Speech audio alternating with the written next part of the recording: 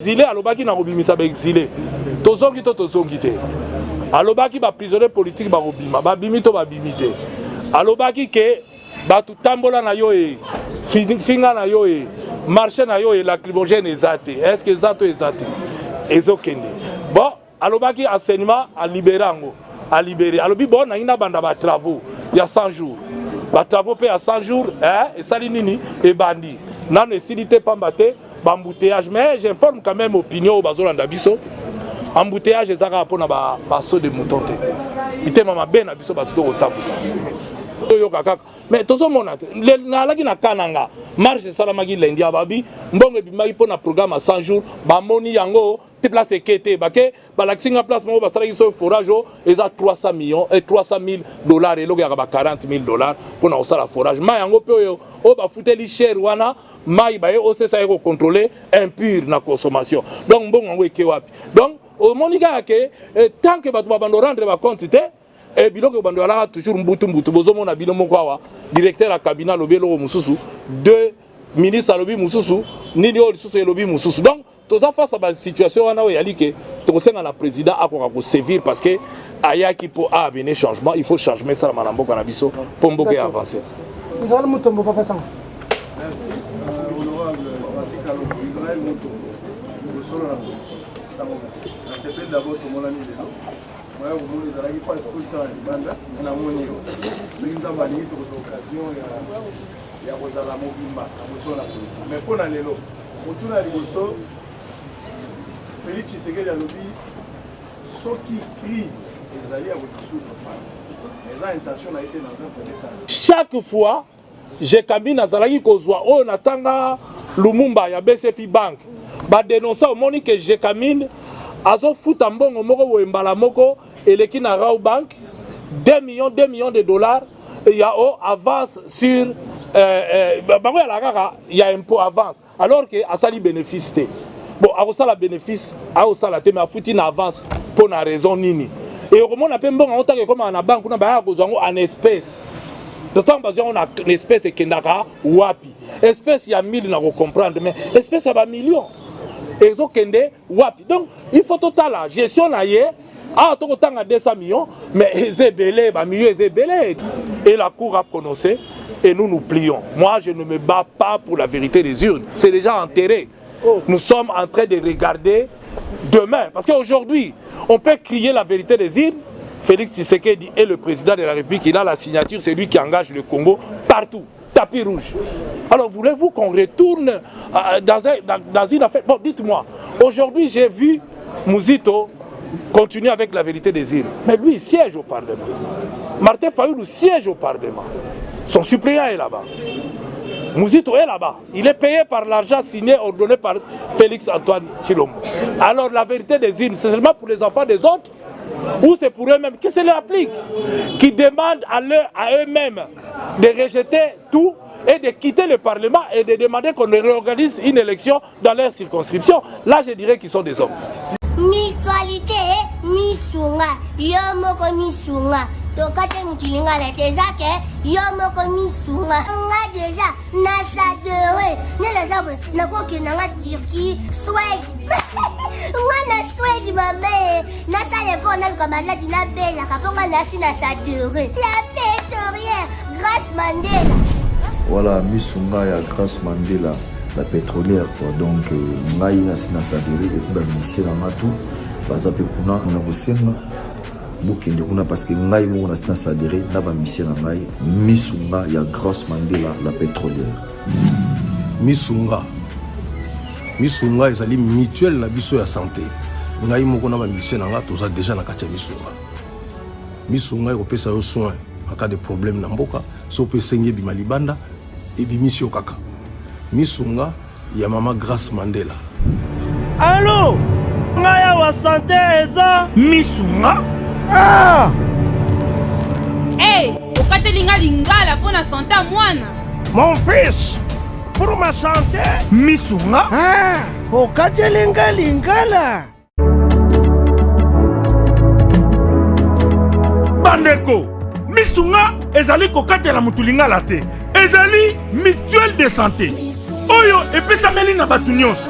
employé to non employé mutu nyonso oyo akoki kaka contribuer na mbongo mukie na fin du mois po ete mokolo akobela misunga ezwa soin na ye na bahopito nyonso ya minene ya République démocratique du Congo.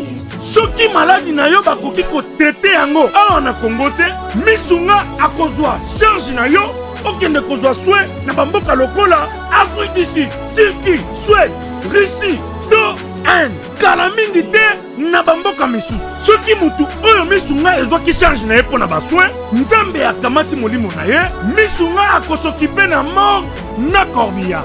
Ate bandeko bazali libanda bakoki koadere bandeko na bango awa na Congo po ete bazwaka soin awa na mbongo bango bazali kofuta. Na misunga ta santé c'est ta vie. Et ce qui besoin de la cohabitation comme régime presque parlementaire. Alors, qui est le chef de cette majorité? La coalition, c'est le président de la République. Et c'est le programme du président de la République qui va aller. Mais si le président constate qu'au sein de sa majorité, ça ne passe pas, c'est-à-dire qu'il y a une crise déjà dans la majorité dans Bango. Donc il faut dissoudre pour avoir sa majorité. Parce que ce qui est le préalable à la crise, il y a déjà crise, puisque dans la coalition. Et moi je pense que cette crise est outil bandeli. Parce que vous allez vous avez déjà 3 élections dans Bokanabiso. Et en 2006, MP et Zalaki na majorité, mais Kabila, président de la République à cette époque, a choisi un informateur à la personne d'Antoine Kizenga pour identifier malgré et Alaki. En 2011, la même chose. Aponaki Moutou a identifié majorité. Même Balo fait cesser le rôle à la majorité de Babangaki. Babangaki de manière à ce que le président a identifié majorité. Il est une majorité. Donc c'est une majorité imposée alors qu'il n'y avait pas la majorité. Il fallait Ebandelawana. Donc les jeux crise et outils déjà Karawana. Lorsque la majorité Mogote est identifiée. Moi je pense qu'il serait souhaitable Balukaba Badela à dissoudre Yango pour Bandela. Parce que déjà là, il y a une raison, puisqu'il n'y a pas d'une majorité identifiée par un informateur ou Ezali constitutionnellement reconnu. Donc, la minute Oyo, président, Yende Moutou constitution et PCA pouvoir, il y a pour dissoudre l'Assemblée nationale. Et je vois Batebele Barolingaba comparer la France et le Congo. Et moi j'ai une chance. Moi j'ai écrit livre Oyo. Situation de vivre Awa. Déjà en 2010, je l'ai écrit, Botanga. Ils ont une édition dans l'Armatan, Yangoyo, n'a comparé régime politique congolais et français. Ce qui est président français a un pouvoir na la cohabitation et a un pouvoir au chef de l'État. Biso moko tant que ça dit constitution na biso, le col a qui taillé sur mesure pour Joseph Kabila. Topé ça va pouvoir to boyaki ako vous la président moko ya ndengwana na ka parce que et donc à liboso changement la politique de gouvernement est déterminée par le président de la République et le premier ministre. Étant donné que le président Anani c'est son pouvoir, c'est son programme qui est mis en place et yangonde mtezo kende. Deuxième élément, va confondre l'article 12 de la Constitution, il y a 58 il y a France T, Nassa 48 il y a Bisso. La France, effectivement, le président peut se réveiller un beau matin, il dissout. En cas de crise, le président ne fait que consulter. Donc, le président Robin, le premier ministre, le président de l'Assemblée, et il n'est pas obligé. Il y a quoi à la soumise, parce que crise, il y a crise. Et dès qu'il se réveille un beau matin, dissout l'Assemblée. L'objet que la Constitution, la disposition, dissoudre l'Assemblée, il faut nous respecter. Ils ont des décisions à cour constitutionnelle. Donc, il est en train de dissoudre. Si le président prononce une dissolution de l'Assemblée, il faut saisir la juridiction telle pour que l'Andelaye. Avant que tu l'Andelaye, le président Mabunda lobby, mais déjà, ça déjà, on a touché. Il faut passer là.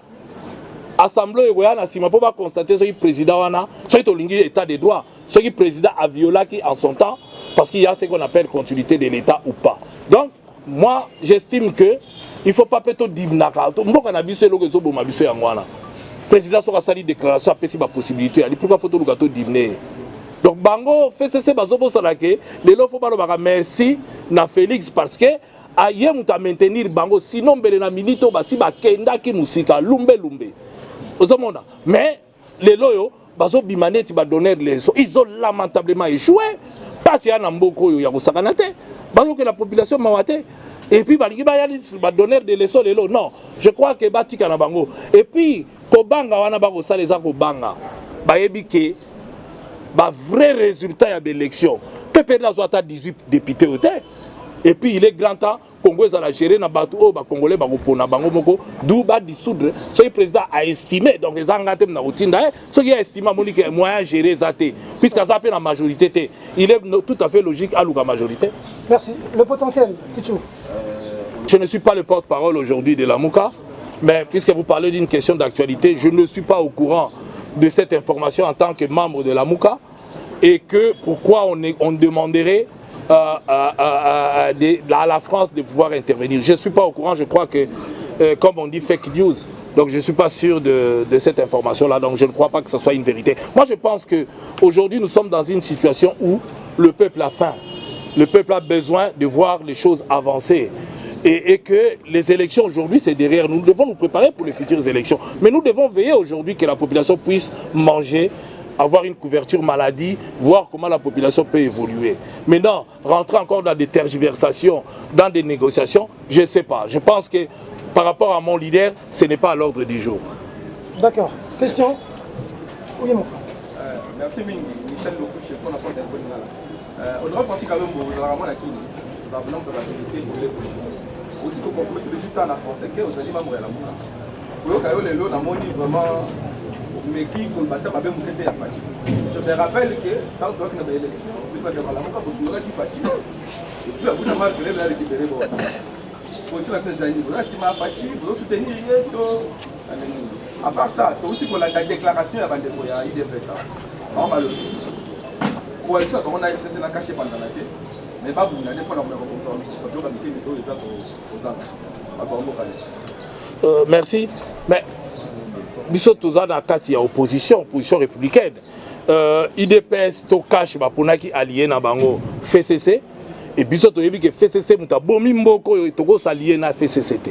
Voilà pourquoi tu ko landa na bango te to gérer na bango te. Toza na opposition, une opposition républicaine. Mais sa méthode Moni na Congo to a une habitude ya okanisa ke muto lokola opposa za ennemi na nganga na ba camarades de belé ba na PPRD et beaucoup que j'ai même formé et encadré qui ont des postes de responsabilité kuna j'ai dit bravo baza ba congolais. Je crois que il faut rompre l'habitude wana ya kozala ke muto aza opposant toujours partager ba même idée que toza bidemi to pesa na mbote tete. Soki Félix a salelo ka malamu tobetela ye maboko et puis mutakokanga bunoko azate la preuve lelo na kosoloana bino awa samba mubambe saba mufunge pona ye et soki na zongi pe awa na mboko yo na laki na exil eza pona Félix mutalingaki tozonga sinon mbele pe tozongi te po bao baboyaki tozonga tokomaki tina kasumbalesa ba empêcher biso même ko la candidat même ko kota na mboka na biso communiquer les cas to ala ba documentation modiba Kaleb sera lingi ba preuve go yela ye tu as ba message ezalaki kotinda bana ba DGM na ba partout ndenge to sala maki donc on nous a empêché Colombo ko yalaki mabele aye mta daza o décider sur o te ko le kana mboko yo donc ezandengwana donc moi je pense que lelo yo est-ce que changement ya ndengwana na ba famille na biso na ba ndeko na biso ba olobani biso tozo sala pona ba individualité hein tozo luka Congo est avancé oh toi quoi apporter situation moko lelo to ko sala opposition ataku to bolobi nan to komi na 5 étoiles té mais tozo en opposition quand même to benga o ya 4 étoiles hein parce que to tambola sans lacrymogène siko mwambongo wano bazako somba ba bombe lacrymogène na ba arme ba augmenter na ngata salaire ya ba médecin ya ba enseignant po mboke avancer parce que mboke zako kende belé na ba soda na ba nini po na ba bombe lacrymogène lelo yo ekomi loba na yo tambola na yo salo yo lingi eloko te mais elo bona osenga la bino population photo à la vigilant côté wana na expérience à pouvoir Joseph Kabila comme président de la République nanga na mupanzi na ye 2001 botala mutu na bino décision na ya liboso ezalaki ya kokanga ba prisonniers d'exception ezalaki ko exister à l'époque bakanga ba prisonniers na bandaka ba généraux na bandaka ba tutu bakanga yango Deuxième, à libérer la presse, à libérer les partis politiques pour fonctionner. Mais vers la fin, comme il y a Moubambe, parce que tout le monde a vigilance. Je pense qu'il faut peuple à continuer à la vigilance. Ce que l'on a malade, pour encourager, continuer. Un jour, mais tout le gratuité et enseignement. Et là, augmentation à la classe. Programme c'est vrai. Et là, corruption dans bakangi belibiso bato ba olia corruption te tozo yo kaka mais tozo mona na laki na kananga marche salamaki lendi ababi mbongo bimaki pona programme à 100 jours ba moni yango te place ekete bake ba laxinga place mo ba salaki so forage eza 300 millions et 300 000 dollars et logo ya ba 40 000 dollars pona osala forage ma yango pe oyo o ba futeli cher wana mai ba yo osesa eko contrôler impur na consommation donc mbongo yango eke wapi donc au Monica tant que tu vas rendre compte et biloko que bando ala toujours mbutu bozomo na bino moko directeur à cabinet lobelo mususu deux ministres lobi mususu nini o lisusu lobi mususu donc toza face à la situation wana o yali ke to senga na président akoka ko sévir parce que ayaki po a venir changement il faut changer ça na mboka na biso pour mboka avancer. Nous allons mutombo papa sang. Merci honorable Francis Kalongo Israël Mutombo le solo la c'est d'abord tout le monde a mis dedans. Moi, vous voulez dans la vie, pas tout le temps, on a mon niveau. Mais nous avons des occasions, il y a Rosala Mobimba, mais pour l'aller là, pour tout l'aller au Félix Tshisekedi a lobby, ceux qui crise, ils allaient avec dissoudre. Les intentions a été dans un premier temps. C'était notre pasteur Ekofalobaki. Aujourd'hui, le Congo est faible. Mais le Congo est faible. Mais l'avantage que nous avons, c'est la loi promulguée par Yemoro Joseph Kabila. Les crimes sont imprescriptibles. Dans l'article 48, il y a le code pénal, il y a Mboka Nabiso. Donc, et lobby que les crimes sont imprescriptibles. Donc, c'est-à-dire, tout ayebi que asalaki, eza ba crime, torture, biloko wana nyonso, na bato ba kufa balela. Ngai so ina na place na bango. Mais le FCC a formulé un dossier à Sambisi, Batata a quitté Bango. En ce moment-là, il y a aussi Sambisi, Bango Isuko Sambisa. Mais Nzamba a aveuglé Bango. Aveuglé Bango, Sambisa raté. Babomi aussi Awa. Est-ce que procès est salama? Si Balaksa Gibiso Bakagi Mutu, Tilelo, Akeka, Netingulu, Mwana Batu, est-ce que Rosia Kenago Yiba, toi ça retombe la pombe qui a apporté changement? Mais elle m'a dit que la population, tout le monde attend, c'est ce qui est le Baboyi, Toroben à la Biso Bakinois. Torokone la Bango. Stel moko awa po to banda ko se komoraka liwa ba o to batika biso bakapangala base belé ba famille belé ba boaka bibembera ba fleuve ba force ezali na mona ki boye bien politique il faut elle moko to chamité ma to ça et la population hein.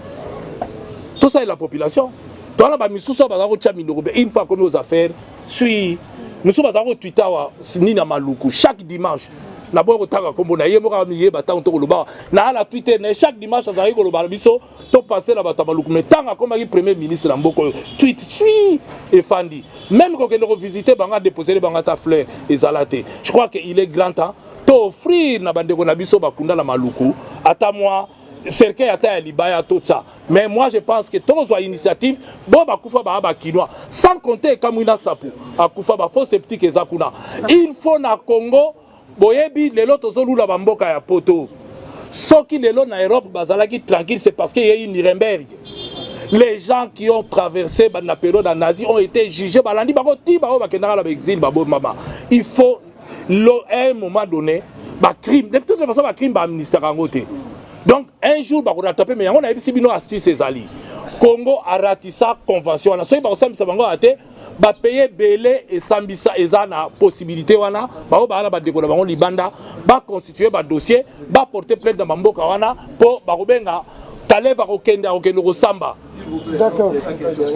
Et à lobby à ce que crise continue à vous dissoudre. Na répondre à Kazana droit. Mais na occuper population biso ofana na base.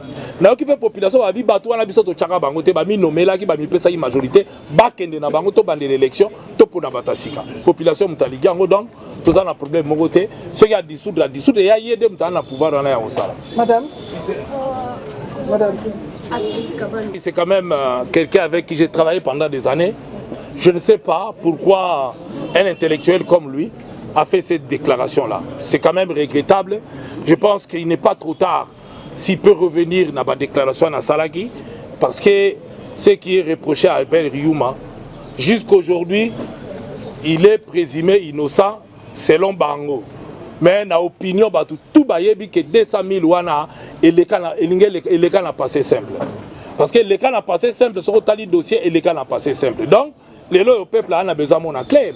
Parce que tout le monde comment 200 millions de dollars et un militaire, des militaires. Bango balobi ba defa ki mbongo pas Dan Getler 200 millions pour Jekamina a besoin de bongo. Mais si Jekamina a besoin de bongo, pourquoi mbongo longue kuna ekemba la bonne trésor public un temps bongo e bungi. Hein? C'est ça ce que les gens se demandent. Mbongo longue pas Dan. Mouto pe a condamné recherché pour la corruption et na Jekamina. Oh, Jekamina a 5 ans defa pour a besoin de mbongo. Mais bon, il fallait foutre à table Jean Camille et mettre sa salaire dans bango et investir quelque part. Bozum bongo beaucoup foutre. Et bien, ce qu'on a le dossier au Bloomberg, l'agence Belé, dénonçant la gestion ya Yuma na Jekamine. Beaucoup remarqué nga la pesibino ba journaliste, beaucoup m'appelle ba journaliste au ba investigateur.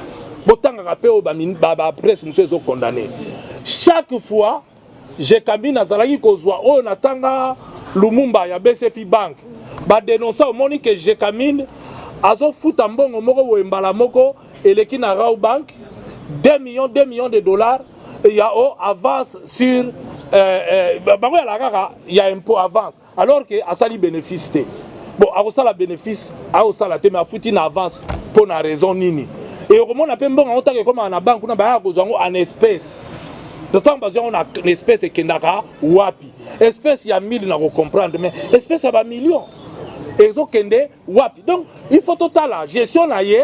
Ah to kotanga 200 millions mais ezebele ba millions ezebele tonyo kwami. Ba msuba osala ba fête pendant une semaine avec arrogance. C'est qui nous ils ont révolté batou. Un privé peut faire ce qu'il veut na mbongo na yé. Un cambiste moutounio ce sera ngindi ako sala fête à lingi mais tout ce monde là mutu sera une responsabilité dans l'état a comment narguer peuple jet privé fête ya ndenge na ndenge kobina kokaba kolatsa ba bijou na miso batu ko sala tout pas la sabatu ke na réussir mais na mbongo l'état na mbongo la population va souffrir. Peter a toujours dans les réseaux sociaux, vous avez des informations pour les Kanangaï. Donc je crois qu'il est grand temps Batouana, batik arrogance. Si vous avez la biso, la malembe bofandi.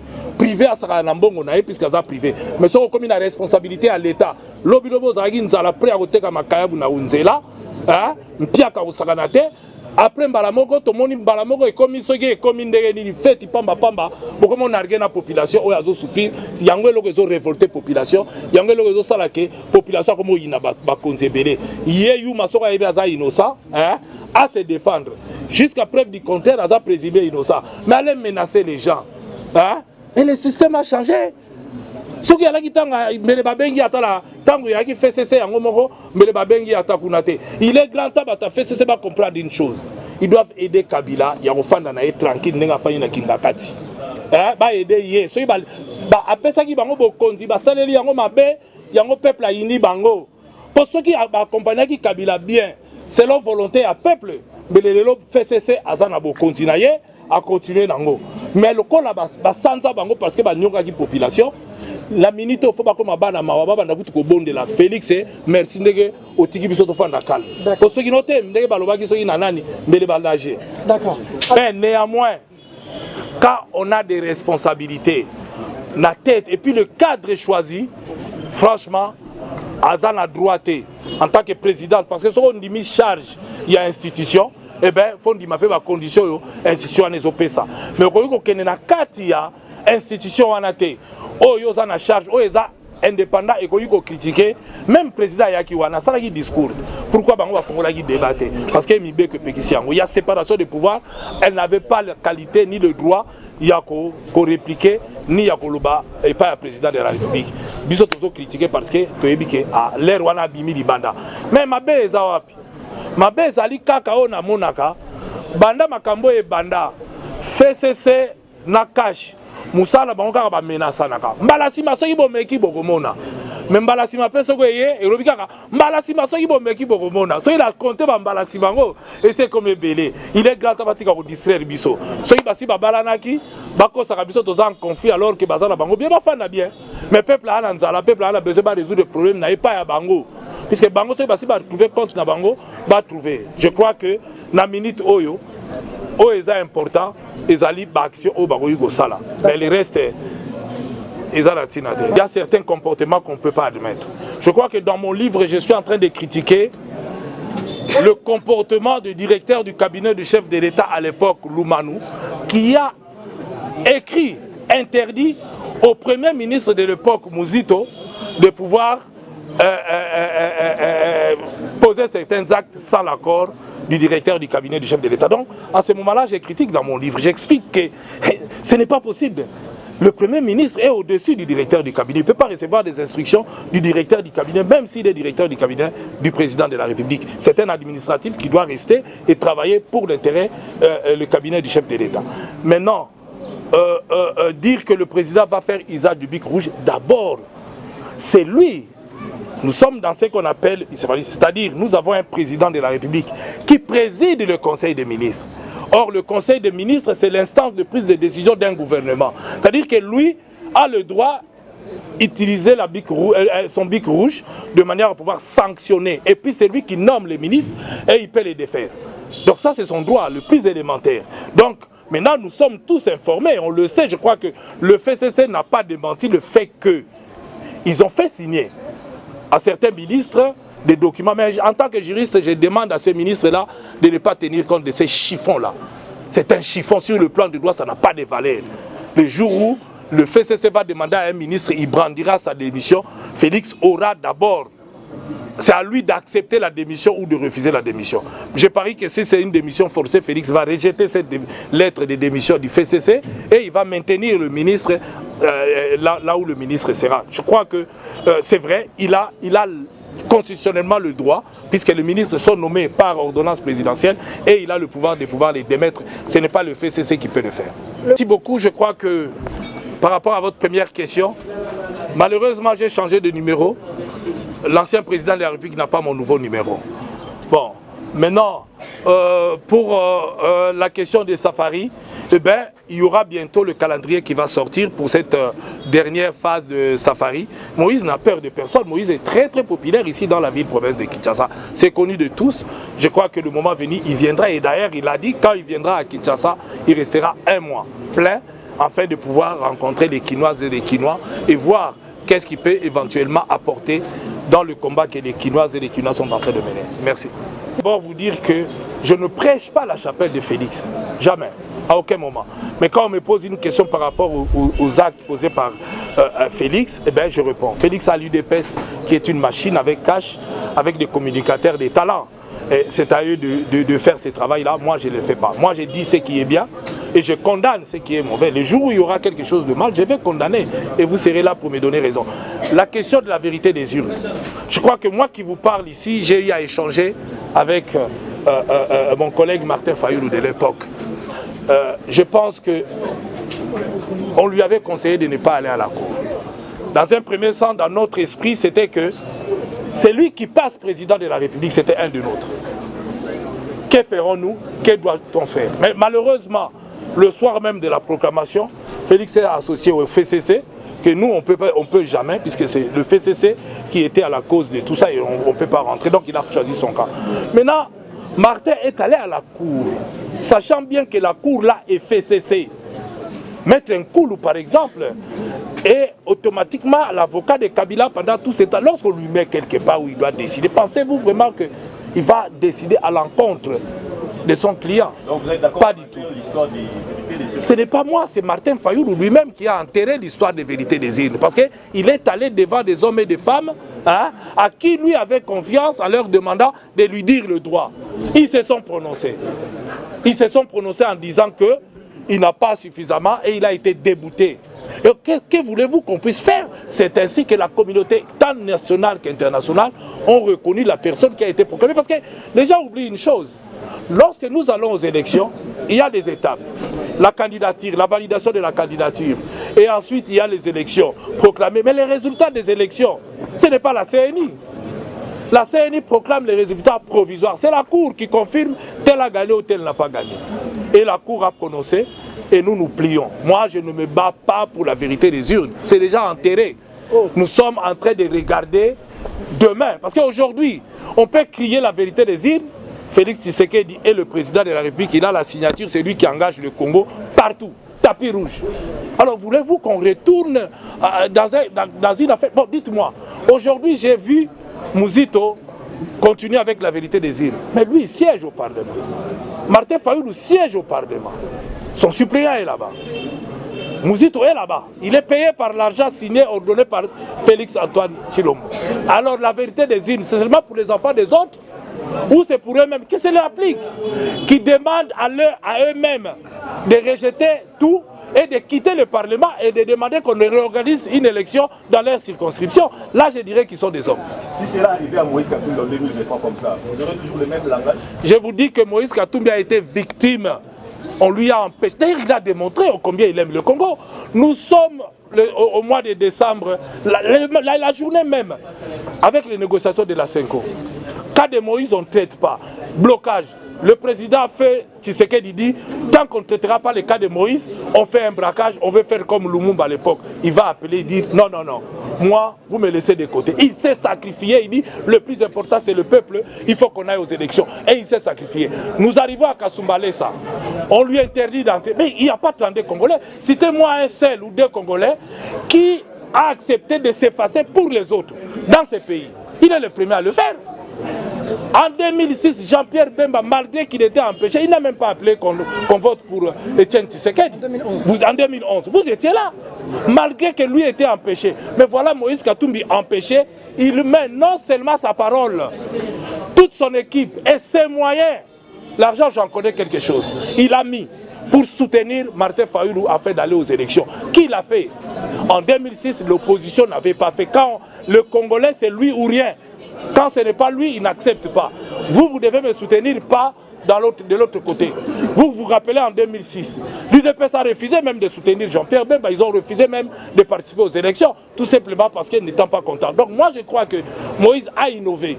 Moïse a démontré à la face du monde qu'il peut s'effacer en faveur des Congolais et pour l'intérêt des Congolais. Il est désintéressé. Parce qu'en 2000, ici, là, ces élections ici, on lui a empêché. Il a une base solide. Il aurait pu appeler aux révoltes. Il aurait pu demander, comme disait Chadari, mettre le pays à feu à ça. Non. Il dit le plus important, ce n'est pas ma personne.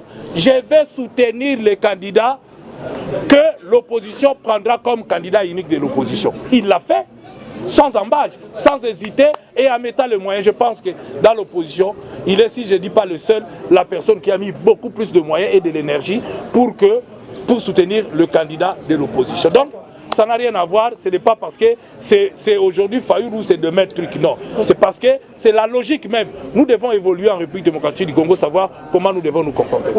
Le cahier des charges de la Mouka, c'est lequel? C'est lui qui dit Mouzito Fayoulou ou c'est lui qu'ils ont signé ensemble avec les autres à Bruxelles? Lisez le charte de Bruxelles. Vous voyez là-bas, on dit qu'on va continuer avec le combat des îles. Non, la vérité des îles, non.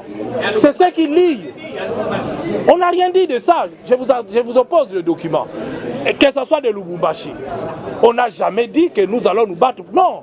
Nous voulons que les choses puissent être claires. La vérité des urnes, Martin Fayoulou l'a enterré lui-même en allant à la cour. Parce que s'il était sûr qu'il devait se battre avec la population dans la rue, il ne devait pas le faire. Deuxième enterrement, puisque là c'était la mort. Après avoir tué le combat des urnes à la cour constitutionnelle, Martin Fayoulou lui-même l'a enterré en faisant une proposition où il reconnaît Félix, président de la République, sorti de crise. Il l'a fait, oui ou non? Alors, pourquoi nous prendre pour des gens qui peuvent avancer sans réfléchir? Lui-même va écrire, sans tenir compte des autres membres de la Mouka, les autres membres de la Mouka. Lui-même va écrire et faire une proposition à Félix, reconnaître que Félix restera président de la République. Lui-même. Quand il reconnaît que Félix va rester président de la République. Est-ce que c'est ça la vérité des urnes? Alors, je comprends. La vérité des urnes, c'est que Félix avait gagné les élections, selon Martin Fayoulou. Parce qu'il ne devait pas accepter que Félix reste dans sa lettre signée par lui-même. pas par les autres. Mais vous êtes des analystes, non? Yemora Boma Kopango. Yemoko tanga combien? Mais tout ça dans la logique. Martin Fayulu a bibi na tonga lobi na bino toke ndoko bunda vérité désir. Yemoko butu butu a commis lettre a signé na maboko na ye. Et ça teke ba signé dans la muka. Félix Atika la président to solo là ngaba créer le ngai moi li gablo na ngamo boina la institution eto le ngankoi o esi la kate. Alors tant muta sengi ndengwana be komi elongo vérité désir comme demande d'emploi. Hein? Donc nous connaissons ba misusu ba yeko bunda pona ba intérêt na bango. Ba na besoin misala batika biso tranquille. Ba ça la parlement balongwa na parlement comme ça on dit ma bango mais tant que baza la parlement vérité des îles on y a pour les autres et ça pour la bango moko te ba mi appliquer vérité des îles balo ba ke ino ba kosaki biso pe to côté la parlement te balongwa bazo biso ba siège na bango na compétition ndeto on dit ma bango batika biloko wana to embrouiller peuple te tozo préparer parti politique batu ba avancer to tombola Congo et kende liboso dans le cas contraire tozo embrouiller population. Merci beaucoup.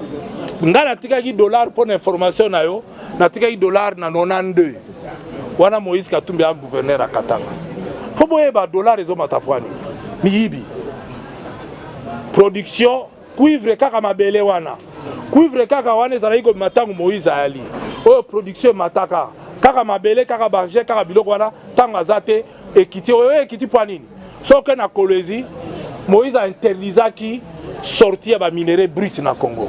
C'est ce qui a fait que et créer qui emploi pouvoir d'achat mataki production pe mataki mais les lots ezongeli nango alors que l'eau est petit ba camion comme manama belé ba que nous traiter na Zambie c'est la Zambie qui bénéficie ba traiter na bamboka musika ezobima pourquoi to lingi mboka na bisote comment ba so ba bete la mouillage maboko awa non mbongo na biso économie mboka ezokufa bozo sala donc ekwei ponini bao bako gérer Moïse alaka yemoko atombola économie contribution na pouvoir central et la dit betala ba tcheba so 4 so 5 ils sont incapables de resala ne fils que même la moitié au Moïse a resala.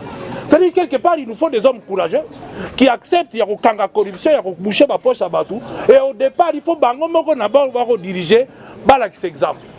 Ce qui bango moko ba la extravagance jouissance biloko tout à ce moment-là et loko kotambola te muto pa na sa koyiba o pa yibi mboka ko marché donc il faut to kanga ba poche abatu corruption si la économie ko mata dollar et kokita mais tant que tozo sala bongo te mais kalate comme en 20 tozo kende kaka kalate comme en 20 parce que ngala tikeke on a 92 boyebi fesse ça sala ki meeting mo na stade na Aubin peuple a senga geni dollar kita ngala na nyonso et kitaki et kitite bon boligi fesse c'est pas bête là ma boko bazo à ta voix. Donc, deux dernières questions, monsieur et madame Clôture. Je crois que les attentes sont tellement que aujourd'hui, Yemora Lobakiango aille à projeter. To jugé na ba acte ya sali. Et nous lobanini. Alobi et pas nga ba prisonnier politique ba ozale. C'est d'ailleurs rapport de Uto Malobi lobi akaka par rapport à yani na droit de l'homme au moins equity Donc libosse ça que mataka ke equity.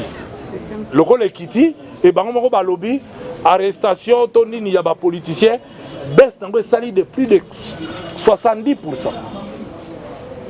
En dehors il y a ba expliquer que quelques kasiko ba tiki na ba aner oyo bazo salake bazo continuer na ba biloko na bango wana on a lingi institution wana faut changer combo. Donc ce qu'on t'a dit est-ce que l'exilé alobaki na robimisa ba exilé tozongi te alobaki ba prisonnier politique ba robima ba bimito ba bimité alobaki ke ba tutambola na yo finga na yo marché na yo lacrymogène ezate est-ce que zato ezate ezokende bon alobaki enseignement a libérango a libérer alobi bon na ina banda ba travaux il y a 100 jours ba travaux pe à 100 jours et sali nini et bandi nan esilité pambate ba embouteillage mais j'informe quand même opinion au bazolanda biso embouteillage ezaka pona ba saut de mouton te itema mabe na biso batuto kotakusa parce que na constater loko wana yozo yo moni ko traverser balabala te oko kende te pour ko boucher ba o balingi ba kende bo baleka te pona les États-Unis ceux qui yo chauffeur au komi wana yo mto wana katikati mba ocha contrevention pa we azakuna mais so to fongoli ka mitema na pese exemple mutazo uta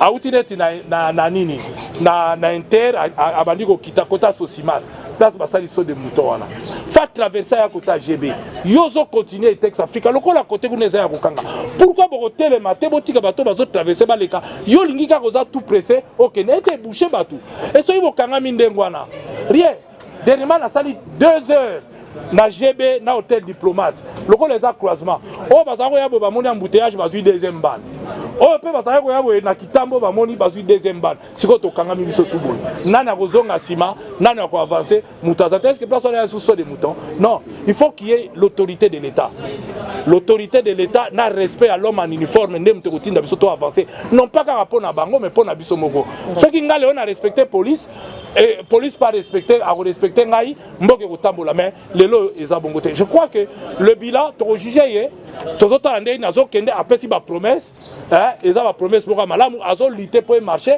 mais ils ont eu rétro-commission. Le rôle est identifié rétro-commission et l'autre commission la siko et pas naïe à Kangabatuana à rétro-commission. Peuple azo zelawana.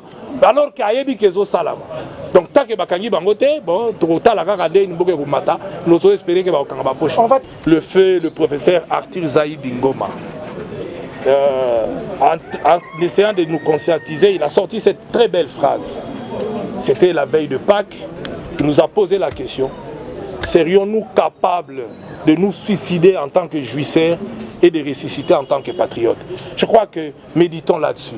Je crois que la volonté des hommes à poursuivre Arthur Zaïd Ngoma peut toujours et encore changer le cours des choses. Je crois que si les hommes politiques congolais animés de bonne volonté et ils le mettent en pratique, je crois que le Congo peut décoller dans moins de 6 mois. Et si je dis dans moins de 6 mois, j'ai vu Moïse Katumbi le faire au Katanga. Dans moins de 6 mois, il a transformé la province, l'espoir est revenu, paf, les choses ont décollé. Je crois que la pesanteur est encore ici. Félix Tshisekedi, malgré sa bonne volonté, il a une pesanteur qui s'appelle FCC. Et cette pesanteur va le coller parce que qu'est-ce qui arrive aujourd'hui? C'est la guerre de 2023 qui a commencé. Pour le FCC, Félix doit échouer pour leur permettre de revenir en 2023. Et pour Félix Tshisekedi, il doit gagner pour marquer l'histoire. Et lui aussi espère briguer un deuxième mandat. C'est un droit constitutionnel reconnu. Alors, avec ça, cette guerre-là, comment voulez-vous que nous puissions avancer?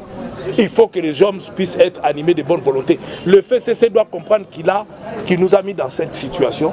Et aujourd'hui, la population souffre. Les jours où ils comprendront que ils doivent mettre de la bonne volonté pour l'intérêt général, et bien le Congo va décoller.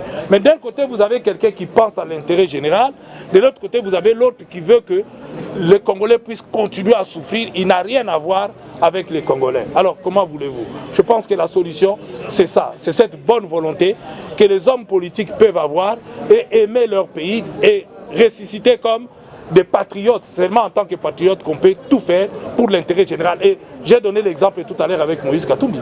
Il s'est senti patriote, il a dit non, laissez mon cas à côté, faites plaisir à la population, aux accords. Sinon, on allait bloquer, on n'allait pas signer l'accord en décembre. Et il l'a fait quand il arrive à Kasumbalesa. On l'empêche, vous savez, nous tous, on était démoralisés. Mais Moïse Katumbi est bizarre et génial. Je n'ai jamais vu. Moi, j'ai travaillé des années et des années aux côtés de Joseph Kabila.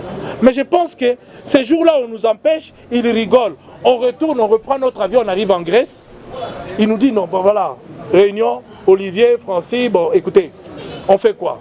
Celui qui veut qu'on continue, il doit être patient. Nous avons travaillé pour l'intérêt du Congo. On continue, on doit soutenir celui qui sera candidat de l'opposition. Nous, on nous a déjà empêchés. Faisons tout pour que nous puissions avoir ne fût-ce que la majorité. Ni t'étais les nominations, on avait raflé. Partout, on a eu des candidats, on a eu des élus, sauf que les nôtres qui ont fait des voix énormes, ils étaient dans l'incapacité de les enlever. Mais on a raflé. Donc, je crois qu'il faut être animé de l'amour de la patrie, l'amour des Congolais, pour aimer ce pays et accepter de s'effacer de manière à ce que le Congo puisse avancer. Question par rapport à la jeunesse congolaise. Oyo ba kizaka Francis Kalombo nde moto amema kuluna na mboka Kinshasa pe ngumba Kongo mobimba. Deuxième question na songi ezali mona mboka Francis Kalombo mingi bato bengako ozara rwandais. Lelo président de la République abiba nyamundenge baza bande pona biso yo yembi yango ndenge ni. Joël Yakalan.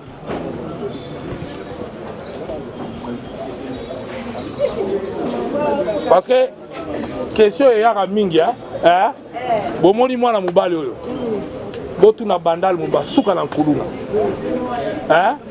suka na nkuluna et il doit sa vie lelo nde totelemi awa mpo na nga ndeko na mobali baboma ye ntango bazala koboma bankuluna bakanga baya kozwa bango na ndako na ye na ndeko na ye na camarade na bango ntango bakomi okende na bango na nzela babi wapi oyo français afutelaka classe yo toyebi otika kuluna bakitise na mutuka est ce que ndeko na amonana ti lelo amonana te alaki kuluna aza ye moko te nakobanda kobenga lelo koeside mpo namoni ntango na yawa namoni ya ye azonga classe azwa diplôme d'état ngam nafutela ye akenda ti na université nde bozomone boye akomi mpe bogar kikuluna abo pia donc on est capable de faire changer les choses na mboka oyo donc kende nanu mpona continuer réponse nazoya oui nga na dirigeant jeunesse a PPRD et fier de le dire mais natikala ko diriger au contraire dans cette direction là na longola ba jeune ebele o balaki na bakuluna na babisala mabe toyeda bango po bako avancer on ne peut jamais former nous étions dans une période où d'un côté bozana bato bako keni mais si à titre individuel mutalinga commettre ba bevi na est allié mais nous on a encadré et dans ma gestion il y a Ligue des Jeunes la preuve depuis que nakenda bomona Ligue des Jeunes nango ekufa parce que moi j'ai dû structurer na mona ko sangisa bango boyete ba jeunes désœuvrés ba jeunes sportifs ba boyina tchaki bango tous ensemble et on les a aidés on les a poussés pour travailler pour l'intérêt général ils ont fait mais il y a des périodes oyo na ko yebisa bino et lo mo boyebi pourquoi tango yindela inga bata monisco ba sovanga bon c'est-à-dire que ngana sova mboko yo soki ngai tembe l'élection à 2011 wane salamate fier de le dire oui to sali biloko belé na mboko tam sutoko lobate ba bayebi yango te et inda kiawa jour asuka biso to wana stade Kamanyola IDPS alobi ya kotsela ko na triomphal INC azana stade Kamanyola INC ba mela pe ma bazo beta bango na bata IDPS ya Vital Kamerhe bazo beta bango na bata IDPS jour yango Vital a na meeting Tshisekedi meeting Kabila meeting ba uta matadi baya et indi na mboka moyen zate il fallait trouver une solution sinon le quoi la jeune on a déjà chauffé to beta entre bango na bango il fallait décider et j'ai pris mon courage entre les mains j'ai appelé à l'époque Katumba moi que paie à son âme nabi awe goyinda on fait quoi oyo moninde nga habité photo andile ce qui ba dila ki ba meeting wananga oh non mais ba mindele ba nga binga na oswana bango na beki bata monisco to kotila bango réunion baza wana bilo la bango to yali na isi bango na bi photo andile ba meeting nyonso oh mais to sala de nga bino soyi botiki bino bozala incapable ya ko sécuriser bato po bato tout ba okele na stade na aéroport kozela Tshisekedi na Kabila biso tout mabanga koma ikobeta bana milangi nzela IDPS kobeta ba oya yense bazoya ba meeting a Kamerhe IDPS kobeta bango donc eyinda ki ba oya biso kobeta wana ki sasa lingaki epela moto élection lingaki ekatana alors j'ai négocié na bango j'ai négocié à l'époque président de Matadi Lumanoza, ministre intérieur, je les ai appelés là-bas. Pour na non, ngai pour na photo annulée parce que moi je sais plus contrôler, na la mindele. Mon histoire appelle ça une mission à convaincre ba oyanga ba ko annuler belibani. Et j'ai été obligé à convaincre et on a instruit Kimbuta o ya bimisa y communiquer bo mona ki wana mutabanda ya onga. Donc na ko sabino que et j'ai fait tout ça pour éviter ben de ça na kacha vilo yo. Je mets quiconque à défi. C'est-à-dire que bato musu balobaka atika baloba et mingi bazoloba ba libanda na yebisa bato ebele ya diaspora boya na Congo ngana bino totabola na balabala mais ba musu bazoko kozonga na ba province la moningo ikasanja kendaki na Kasai wa abomba mina sami babombi ko bomba asali même pas journée moko akimi moya fanda na mboka ya temengana yaki ba minga na chipoyi na tamboli makolo c'est-à-dire que quelque chose le bienfait et futaka kaka moi je pense que affaire Banyamulenge moi et donc wana ndeko lobika ba benga nga Rwandais mais ngai eza bato ba benga nga Rwandais ya kaka bato ya poto pe na mauvaise foi nga na koli awa na yebi laiki na yebi mamelo na yebi tout donc ba parana nga ba yebani de toutes les façons soyi bo zongi sanga na Rwanda et vous allez très difficile puisque nga naza prince.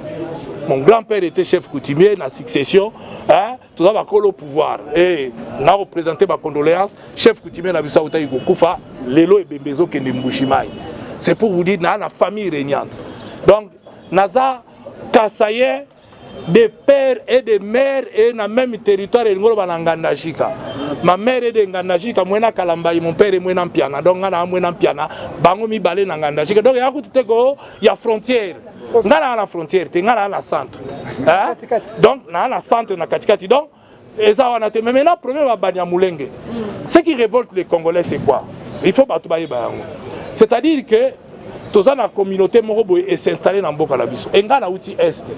Na solo ina bandeko na biso na yambaki pe Banyamulenge Moïse ayambaki bango et à l'air babimi ngala yambi bango pe. Na solo ina bango. Mais il y a un problème. Oh bandeko na biso na ba comprendre te. Pour biso beaucoup plus exemple to kenarata na poto. Même aux une nationalité, mais on se soumettre te. Bango balingi ba konza batu. Selon l'explication bazo pesa. Ba pesa bango mabele ezalaka bango na bango. Bango moko ba la chef coutumier, bango moko ba la biloko bona. Alors que ba autochtone bazawana bazo mona ngo communauté ba roboto na bango mabele na bango. Bako yiko cohabiter, mutako pekisa bango ba cohabiter te. To fanda awa na bandeko na biso ya batuti. Moi la plupart de mes amis que je regrette d'ailleurs les belé ba batuti ba deo ba bazimpa kateganda to tangana bango to lala. Donc ba belé ba kufa ba musu bazali. Donc je crois que to yiko vivre biso tout Congo eza munene. Tokozo à Rwanda, mais le problème c'est que tant que ce soit na bango, bala ba revendication moko oyo et aux alalem sous bienté. Tantôt ya kolobake biso toza représenté.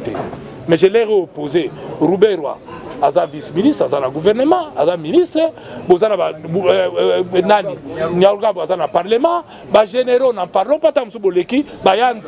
Boleki bayanzi na ebele, boleki bantandu na ebele, boleki batebele donc bolingi ka boke. Et puis c'était une de leurs revendications, on se retrouve pas dans la ville. Même à la place tozali, bozana gouvernement ya province. Donc le problème est zawanate, mutu na mutu fa mérité parce que le Congo est composé kaka na baitini minoritaire. Donc bango le roi va Congo comme mboka na bango, balingi ko fana na biso, il faut ba fana na biso na ba norme tozala ndé moko. Soki moko na bango a gagné et que ba nommé Roubert, nous disons bravo parce que nous avons besoin des intellectuels parce que biso pe na bande ko na biso miso ba na ba poto. Soki to boyi, lelo tozala mwana Kibasa Maliba. A ça l'honneur, il y a ba Congolais na Belgique, elle est ministre, elle a été élue.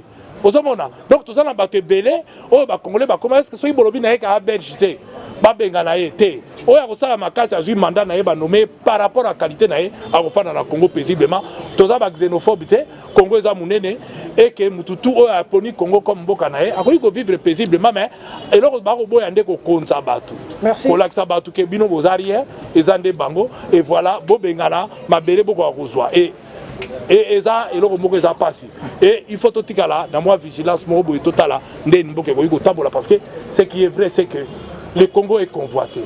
J'ai dit aux Congolais et le pasteur est confort. Le autre chose c'est que la Congo est amunene. Bobo ça n'a que le Grand Soudan n'existe pas. Le Grand Soudan n'existe pas. Et pour ba dictateur Bobo ça n'a que El Béchir les lois dans la prison. Parce qu'Akanisaki a défié le monde entier, mais a défié le peuple n'a été. Et Botswana Mutuna Bino qu'aucun dictateur n'a régné en perpétuité. Bakenda Akaka. Mais Mingi Père Alandenga Mabe. Tous à l'espoir, tous les bandits, tous les marchés, tous les Tongamboka Nabiso, mais Babylon Moussousou, Mouta a route appelé Libanda, a apporté les biso un plus, et ça dit que Mboke Téléma. Donc autant. Mboke goyiko marché autant biso mo tokobe samboka na biso parce que les loso to koma ko bakaka ba Rwandais mbo bo mamboka na biso ça avait la faiblesse parce que gouverneur ya Kasai ya laki Rwandais gouverneur a Bandou a laki Rwandais gouverneur ya donc ba Rwandais batikala ko ala te même ceux qui trobi bande ko ba Nyamulenge ba gouverneur mais to gérer ba province ngondegeni to gérer ngondegeni ba panzi ba province de Kisoba soba pona mutu moko kaka. Mais les lots, il faut merci beaucoup. Je m'ai touché à presque toutes les questions importantes du pays. Mais honorable, en une minute, juste en une minute pour finir, il y a un Congolais qui est en prison, que moi je ne sais pas oublier.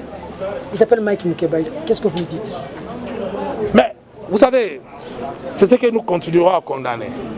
La justice ne doit pas être instrumentalisée. Ça comme votre mot de la fin. La justice ne doit pas être instrumentalisée. Certes, en tant qu'avocat, j'ai ce droit de réserve de ne pas critiquer les actions de la justice. Mais ce que je peux simplement dire que la détention reste et restera une exception.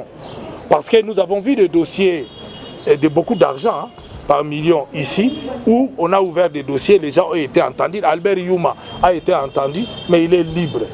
Hein? Donc, est-ce que Mike Mkebaï ne mérite pas d'être libre, de comparaître un homme libre, et le jour où il sera condamné, coulé en force de choses jugées, si on le trouve qu'il est coupable, il fera la prison.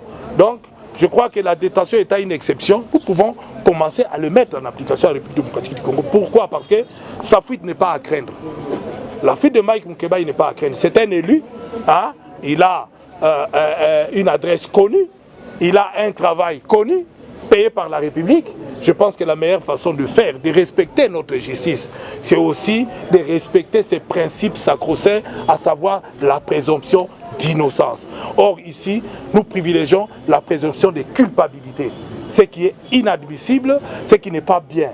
Je pense que ceux-là qui l'appliquent aujourd'hui, demain, on pourra le leur appliquer. Vous savez, moi j'ai eu la chance, avec ce métier d'avocat, de fréquenter beaucoup de détenus. Il y a un qui m'a, paix à son âme, qui m'a dit une très belle phrase, qui m'est restée tout le long de... qui me restera d'ailleurs, c'était le fait Alamba. Alamba m'a dit un jour en prison, je crois qu'il ne l'a pas dit qu'à moi, hein. D'autres camarades, d'autres collègues, d'autres Congolais pourront témoigner, peut-être à qui ils ont eu la chance d'entendre Alamba. Il dit, ceux qui sont au pouvoir aujourd'hui, je vois ce qu'ils sont en train de faire. S'ils ont commencé par être là où moi je suis, j'ai parie qu'ils ne feront pas ce qu'ils sont en train de faire aujourd'hui. Puisque moi, je fais des choses. Hein? Mais j'ai compris qu'il y a des choses qu'il ne faudrait pas faire. Dans ce moment-là, je continue à dire qu'Alev a fait des choses ou a fait faire des choses dans ces pays. Et je pense que la meilleure façon, ce n'est pas prier comme le fait mon frère Gekoko qui meurt. Non, c'est qu'il soit jugé un jour. Et s'il est coupable, qu'il soit reconnu coupable. Il n'a pas à avoir peur de la justice. Les gens ont souffert, peut-être malencontreusement, en utilisant son nom. Qui sait? Mais nous avons vu cette institution, comment l'institution a fonctionné, alors que lui, il était à la tête de cette institution. Il fut même un moment où on s'est demandé même comment. Mais il a rendu un très mauvais service à Joseph Kabila et à la République démocratique du Congo et aux Congolais. Parce que lorsqu'il demande, il dit qu'il a agi avec honneur, moi ça me trouble. Ça me trouble. Quel honneur! Avec déshonneur, il a agi. Il n'a pas travaillé. Et il ne mérite pas des honneurs. Il ne mérite même pas beaucoup de choses qu'on a tenté d'attribuer aux gens qui ont servi dans ce pays. Et moi, je crois que c'est regrettable de voir qu'un homme comme ça, au lieu de se taire, qu'on puisse l'oublier, ben, il va énerver les Congolais. Il va énerver. Et ça, c'est inadmissible. On a tous subi la colère de ces messieurs, son inexpérience. Je parie même que la prochaine fois, on va tout faire pour changer le nom de l'ANER. Parce que ça a une mauvaise connotation, surtout en province. Vous savez, ici à Kin, on peut encore parler. Ma province est un agent de l'ANER terrorisé déjà à cette époque. Je pense que ceux qui dirigent l'ANER aujourd'hui ont déjà tout fait pour que l'ANER devienne un réel service de renseignement. On est d'accord que l'ANER puisse interroger les gens, mais dans les normes telles que la Constitution les demande. Pourquoi garder quelqu'un pendant des années? Pourquoi faire... D'abord, certains vont vous dire, j'ai suivi mon frère Gekoko dire qu'on ne m'a pas torturé à l'ANER, on m'a torturé de l'autre côté. Non! Gekoko a été torturé à l'ANER, qui lise l'article 48 du Code pénal, qui définit c'est quoi la torture.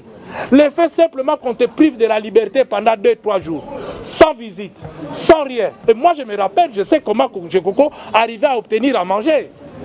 C'est ça ce qu'on appelle la torture. Il a été torturé à l'ANER, mon frère. Il ne faut pas avoir peur de le dire. Vous avez été torturé à l'ANER. Et les gens sont torturés là-bas. Le fait simplement de priver quelqu'un de tous ses droits, ça s'appelle la torture. Qu'ils lisent. Et les conventions que la République démocratique du Congo a signées ne permettent pas à ce que des hommes comme ça puissent circuler librement. Et en plus avec cortège et protection. Pourquoi il a peur? De quoi il a peur? S'il a servi loyalement son pays. De quoi il a peur? De qui? Je pense que la meilleure façon de faire au Congo, c'est qu'il faut que la justice fonctionne, que la justice devienne réellement indépendante pour permettre à ce que le Congo puisse décoller. On ne décollera jamais si on ne juge pas, puisqu'on a un temps à initier. Les gens qui ont fait des rébellions, les femmes ont été enterrées vivantes. Les mêmes personnes qui ont enterré les femmes vivantes hier sont devenues des grands boignards, des responsables au Congo. Prime à la guerre. Tant qu'on va continuer avec des primes à la guerre et qu'on ne va pas se mettre à changer, je crois que Félix Tshisekedi doit nous aider. un état de droit, le peuple d'abord, il doit satisfaire le besoin primaire ressenti par la population avant de regarder autre chose. Merci. Et terminé. À la prochaine. Merci beaucoup.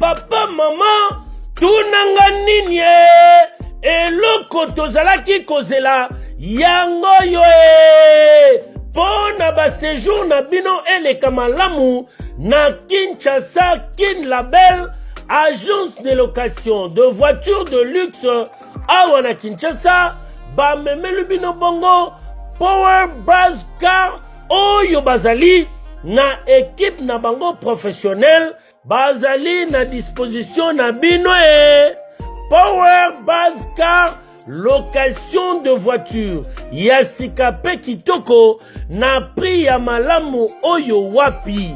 Okoki ko contacter bandeko ya Power Buzz Car na ba numéro oyo plus 243 85 151 5000. Topé na plus 243 82 23 86 668. Beli Soussou na www.powerbuzz-car.com. Topé na contact email contact@powerbuzz-car.com Ozamo Bimba. Bana Kinshasa, tosa la confiance na ba professionnel ya bandeko ya Power Buzz Car oyo bapesi offre spéciale pour na bino nyonso boko louer ba voiture pendant un mois na séjour na bino oyo bozali na yango awa na kati ya Kinshasa. Benga ndeko mobali ndeko mosi bandeko ya Power Buzz Car po bazali ba meilleur na domaine ya location ya ba voiture de luxe. Power Buzz Car eye kosilisa ba tracasserie nyonso ya transport ya ba délégation spéciale na bino ya famille pe ba transport nyonso privé oyo bozali na yango. Solution ezali kaka se moko Power Buzz Car oyo ezali solution ya suka po na déplacement na bino nyonso express. Po na likambo ya qualité pe quantité na eta ya mituka nulle part ailleurs au Kokuta yango kaka na Kinshasa en particulier pe République démocratique Mobimba kaka epa ya bandeko ya Power Buzz Car avec impact. Power Buzz Car musala ya ba professionnel pe na sécurité nyonso. Power Buzz Car, le travail des professionnels. Que yo, oui.